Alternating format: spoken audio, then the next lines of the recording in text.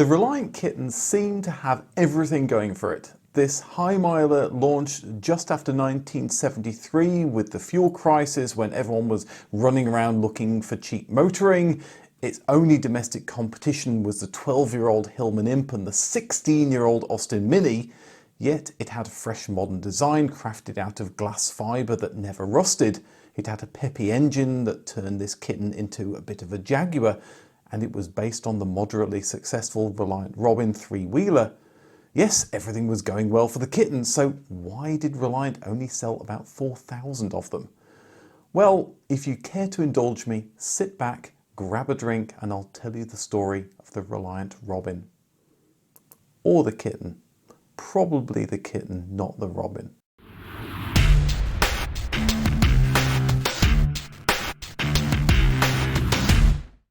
In 1970, Reliant was selling 4 cars, and not all of them had 3 wheels.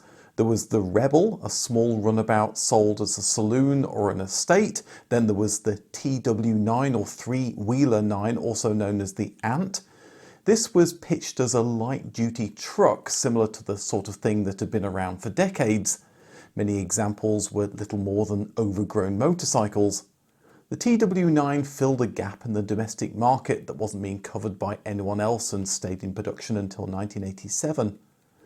Then there was the flagship car, the Scimitar, that had recently been updated as the GTE. Reliant had come to building sports cars almost by accident.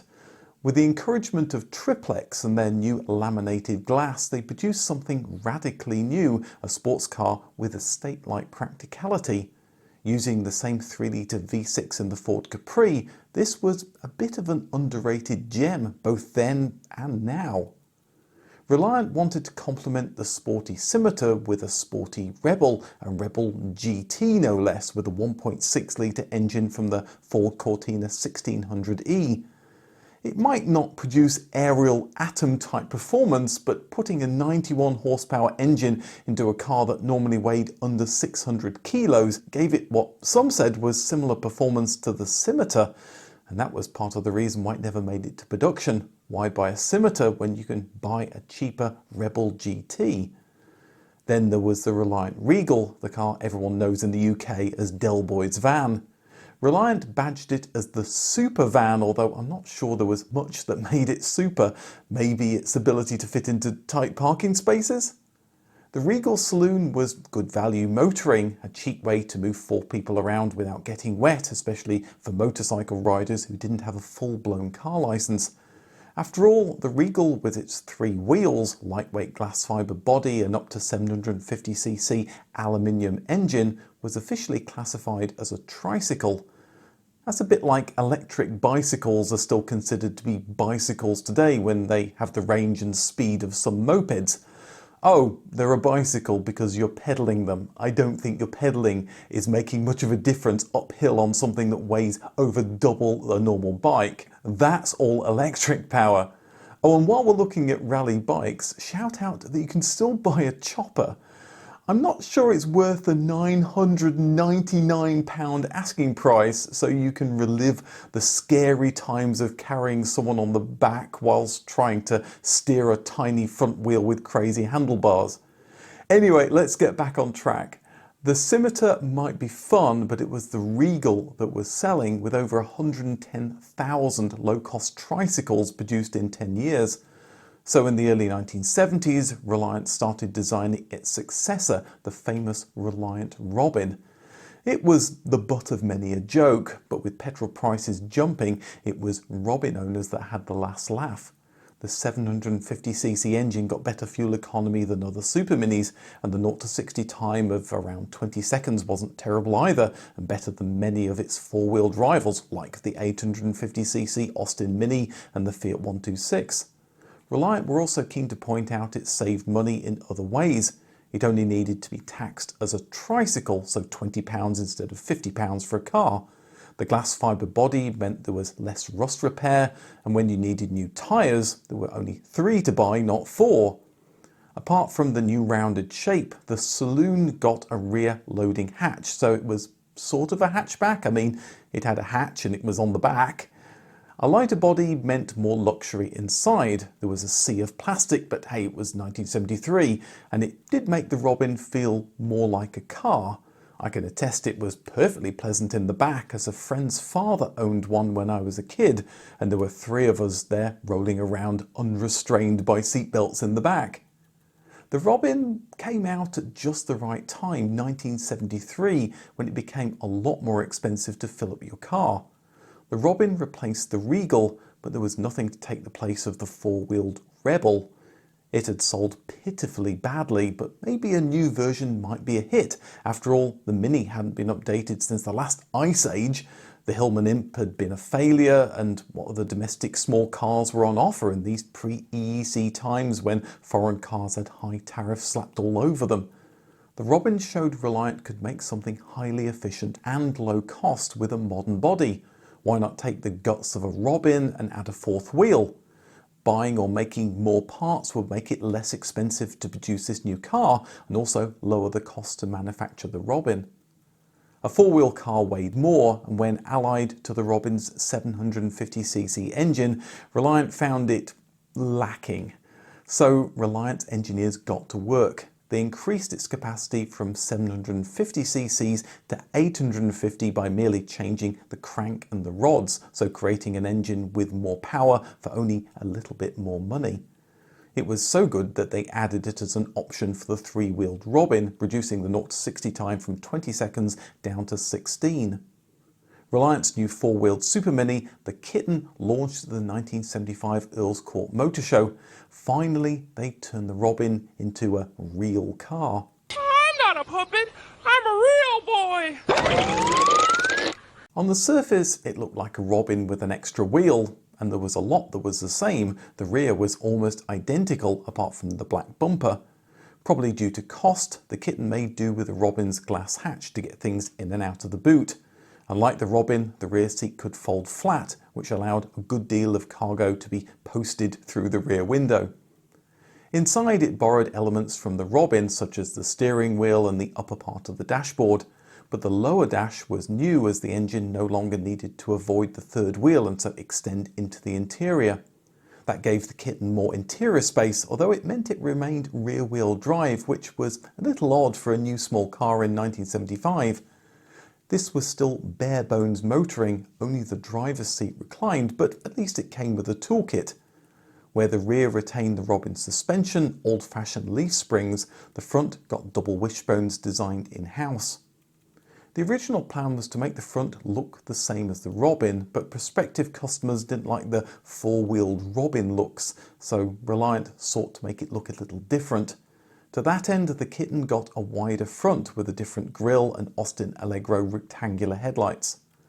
The Kitten was bigger than its main rival, the Austin Mini, 28 centimeters longer to be precise, with a more practical boot. And the Kitten's 850cc engine was 40 horsepower compared to the Mini's puny 33 horsepower. It was also one of the first small British cars to come with those newfangled radial tyres. You know, the ones that Citroën put on the 2CV in 1948? Like the Robin, there was also an estate version with a rear door that allowed for better rear access and another 283 litres of cargo space. That larger engine gave the Kitten a higher top speed than a stock Robin, 80 miles an hour. It was nippy around town with a 7.3 metre turning circle, beating the Robin and even the London Cab, a vehicle with a small turning circle baked into its design. Despite being a little heavier, the Kitten retained the Robin's excellent fuel economy, 58 miles per gallon. That beat out every other petrol car in the sub-1 litre class. And that was what Reliant hoped would be the car's killer feature, low-priced motoring. But they were up against some tough new competition from abroad now that foreign tariffs had dropped in the new common market. Audi had realised the error of their ways and had given the Audi 50 to Volkswagen to sell as the Polo. Fiat had stormed in with the 127, and then there was always the Renault 5. There was much speculation that Ford, the makers of the highly popular Escort and Cortina, were working on their own Super Mini, and it launched at the end of 1975, the same year the Kitten went on sale. The Kitten might have better fuel economy, but it didn't have the name recognition. Reliant were still minnows compared to the competition. The kitten might have lots of benefits, such as the glass fibre body that laughed at rust, but the main problem for customers was the cost of buying one. Reliant were essentially building these cars by hand, and its price reflected that, £1,499. You could buy a Mini for £1,250. The new Ford Fiesta was £200 cheaper than the Kitten and a darn sight more practical with a full rear tailgate. A new deluxe version of the Kitten, the DL, launched in 1976. The suspension was improved, maybe an admission it could have been better at launch, and there was a tweak to the interior that included more comfortable seats. In 1977, Reliant launched a van variant with or without the rear or passenger seats, your choice. Like previous vehicles, it was little more than an estate with the rear windows covered, although Reliant used the Robin's round headlights as they cost less. When the Kitten was being designed, there was precious little competition in the Super Mini category, but Britain's entry into the common market brought a flood of low-priced small hatchbacks across the English Channel, and the Ford Fiesta was hard to compete against. Reliant might be known for the cool Scimitar, but it was also very well known for the not-so-cool Robin, and with the Kitten looking a lot like a Robin, it wasn't exactly the last word in fashion despite its relatively new body. Reliant didn't have a highly automated production line. That meant a high price, and that was the killer blow to Kitten sales. Production problems with the Robin caused a drop in sales and a loss of staff, so Reliant decided to close down the Kitten production line in 1978. That meant the Kitten became a special order product as so few were being sold. The launch of the Austin Mini Metro in 1980 made matters worse, and production ended in 1982. The Kitten sold better than the Rebel, but that wasn't saying much. Somewhere between 4,000 and 4,600 were built over 7 years. Reliant tried to get some more life out of the Kitten platform by offering the Reliant Fox. It had started life as the Medea Fox, assembled and sold in Greece from 1979 because there was assembly of other Reliant cars there at that time. By 1983, Reliant thought it could sell back home in Blighty. Unfortunately, the Fox failed to capture the public's imagination, selling just 600 cars in 7 years. The Kitten had a second life, or was it a third life, in India, exported as knockdown kits to be assembled as the Sipani Dolphin. There was an idea of importing the Dolphin back into the UK and selling it as the Kitten, but when Reliant saw how poorly they'd been assembled, that idea was quickly scrapped. It didn't go down much better in India, a land that wanted cars with rear doors, and the Dolphin sunk without a trace. Sipani resurrected it as the 5-door Montana. It sold better than the Dolphin, but there wasn't enough interest for it to stay in production for long. Today, EV manufacturers show you how much money you could save over the life of the car to try to convince you that an EV is a better buy even though it costs more up front. Reliant's brochures talked endlessly about how much money the Kitten could save you, but it was never laid out in simple terms, showing how it would cost every year to run a Mini versus a Kitten, for example. It would have been useful to put financing options front and centre to show just how little money it would cost to drive away with a Kitten and run it every month, a little like Nissan did with the Leaf with their $199 per month lease costs in the US, pointing out that after saving over $200 a month in fuel, you're essentially getting a car for free. It probably didn't help that the car was called the Kitten at a time when most families had one car, and it was generally the man choosing the car. Would you rather have an exotic Fiesta, a sophisticated Polo, or a cuddly Kitten? The Robin had no major competition and filled a small gap in the market, but with the Kitten, Reliant went up against the big boys with their big boy budgets, and that was always going to be a tough sell. They didn't learn their lesson from the sales disaster that was the 1960s Reliant Rebel, so they really shouldn't have been surprised when they got the same result in the 1970s. But to me, the Kitten was always a fun, if rare, thing to see on the road. I mean, there are plenty of 3-leaf clovers, but how many 4-leaf clovers do you see? I've got a history of the Kitten's nemesis, whatever you want to call it. Anyway, the opposition, the Volkswagen Polo and the Ford Fiesta on the right. Thanks for watching, and I'll see you in the next video.